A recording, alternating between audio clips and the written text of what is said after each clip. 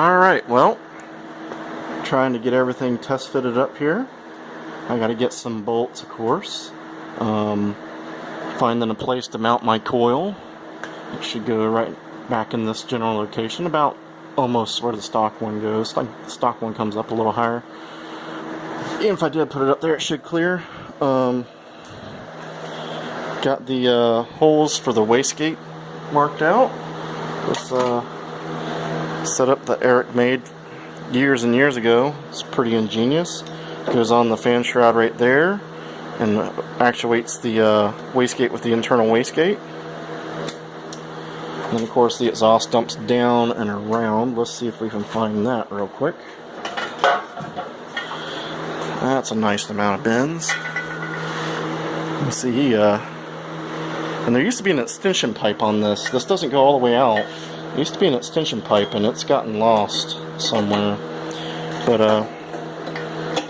well, of course I'll never be able to get it on there with the nuts on it. But, there we go. It goes down and around like that. Clears the oil filler.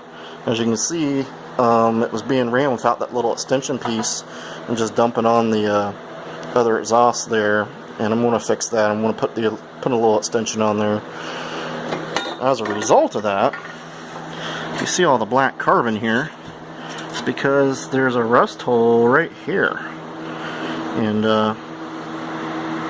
you can't see it, but for some reason somebody put a clamp over it and that didn't work, so I got to fix that. You know, the header and everything's over 10 years old. It was old when Eric did it because it was used. Still got to put a flywheel on and get everything kind of mounted up. The last gentleman that had it put the oil pressure sending unit up here, and that's a bad idea because he pinched the line trying to make an oil restrictor.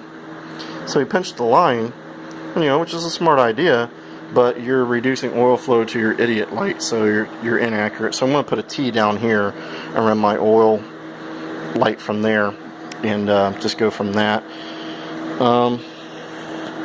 That's about it. You know, just trying to fit everything up. Got to get some hardware. I got to run the stock style nut, and I got one of those big cone shaped nuts for my generator, so I got to get one of those from a friend or something, and probably take some of this turbo system off. I'm getting really afraid that the engine stand's going to break, but it's getting there. You know, got the other motor pulled out. I was able to take the fan off it. I actually ordered a fan, and not thinking about it, you know, it's an aftermarket fan shroud. It had a bigger fan already in it. It had the aftermarket version of a doghouse fan in there, so I'm using that. I don't think it's as good as a genuine German doghouse fan, but whatever. So I bought a fan I don't need, you know. I also bought tins for the back here, and then I found I got them laying in that bucket. Those little suckers are $30 for those two pieces of junk tin, and you know, I ordered another piece that I needed, but you know, it's kind of like, man, I spent like $50 on stuff I don't even need, plus I shipped it, so, you know, that I had laying around that I didn't realize. But anyways, it's getting there. I'm gonna have to redo my wiring, put my regulator on the back here. It's gonna have to, the wiring's gonna have to get a little better because the wastegate actuates right there, and it's coming together. So I just got a little more things to do. I'm gonna take all this heavy stuff off tonight, turbo and stuff, because like I say, I'm afraid that engine stand's gonna break on me. I need to get a friend over here and help me get it down on the ground, put some valve covers on it, and start going from there. Alright guys, so have a good time out there, and let's get these little projects on the road and going again.